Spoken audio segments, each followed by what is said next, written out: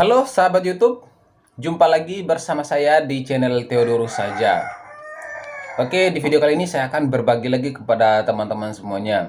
Tapi sebelum itu, bagi teman-teman yang baru menemukan channel ini, jangan lupa ditekan tombol subscribe dan jangan lupa di like, komen juga ya kepada channel teman-teman yang mungkin mencari subscriber. Oke, di sini saya akan memberikan tips bagaimana cara kita bisa mendapatkan subscriber. Karena setiap hari kita akan bahas mengenai subscriber. Subscriber ini sangat penting ya. Sangat penting bagaimana cara kita untuk mendapatkan. Kalau kita hanya menunggu untuk mencari subscriber, ya mungkin akan memperlambat ya untuk mendapatkan subscriber. Apalagi kita masih pemula, itu akan kesulitan untuk mendapatkan subscriber. Nah, di sini saya akan tekankan kepada teman-teman semua ya, yang masih pemula, yang masih mengejar 1000 subscriber dan 4000 jam tayang, usahakan ketika teman-teman menonton video orang lain, menonton videonya channel si A, channel si B, teman-teman harus memperhatikan. Ini sangat penting sekali teman-teman. Kalau teman-teman tidak memperhatikan hal-hal ini, maka kemungkinan teman-teman akan sulit untuk mendapatkan subscriber. Nah, apa yang harus kita lakukan teman-teman? Oke, saya buka kipas dulu ya. Kipasnya percuma ada tapi tidak berguna karena panas, jadi kita buka kipas dulu teman-teman ya. Nah, bagaimana caranya ya? Ini kita ngomong santai-santai ya teman-teman, kita ngomong santai-santai. Bagaimana cara kita mendapatkan subscriber?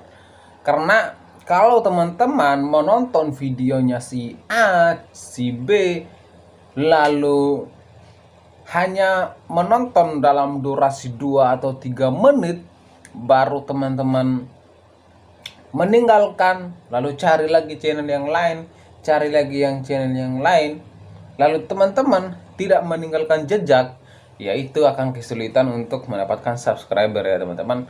Artinya meninggalkan jejak, yaitu kita juga harus membantu sesama pemula. Kita membantu sesama pemula, walaupun subscribernya baru 2, 3, 5. Teman-teman jangan lupa untuk di subscribe juga ya. Karena apa? Itu sangat penting. Kita tidak tahu ke depannya subscribernya itu bisa meningkat. Subscribernya itu bisa meningkat dengan kita membantu. Satu aja orang yang membantu subscriber, maka kita juga bisa membantu sesama pemula ya. Jadi intinya kita saling membantu. Walaupun kita tidak nonton videonya sampai full, intinya kita membantu dengan durasi yang aman. Kalau kita tidak membantu, artinya kita tidak mensubscribe ke channelnya si A, channelnya si B. Jadi pada saat dia mengupload video, kita tidak tahu bahwa dia sudah mengupload video. Nah, di situ kalau kita tidak tahu bahwa dia mengupload video, maka kita akan ketinggalan informasi ya. Ketinggalan informasi penting ya, mungkin kalau dia membahas tentang ilmu-ilmu seputar YouTube, tentang apa yang kita butuhkan di dunia YouTube, kita tidak akan tahu. Kita rugi dong karena kita tidak mendapatkan notifikasi. Jadi buat teman-teman semua, kita jangan pelit dengan subscriber. Artinya, wah dia subscribernya baru segini, jadi nggak usah kita subscribe. Kita jangan berpikir seperti itu teman-teman. Kalau kita berpikir seperti itu, maka kita akan kesulitan untuk mendapatkan subscriber. Karena ketika kamu mensubscribe ke channelnya si A, channelnya si B, itu akan ketahuan ya teman-teman. Itu akan ketahuan kalau kamu mensubscribe ke channel YouTube-nya. Tetapi kalau kamu tidak subscribe, dia juga tahu kalau kamu tidak subscribe. Jadi dia hanya asal komen sesuai isi videonya, tapi tidak meninggalkan jejak. Jadi kita itu dinilai bahwa kita tidak saling membantu. Jadi saya prinsipnya seperti itu teman-teman. Walaupun dia subscribernya cuman puluhan, 10-20, saya harus membantu untuk subscribe. Jadi caranya seperti itu teman-teman, untuk kita berteman di YouTube, kita saling membantu untuk sesama pemula.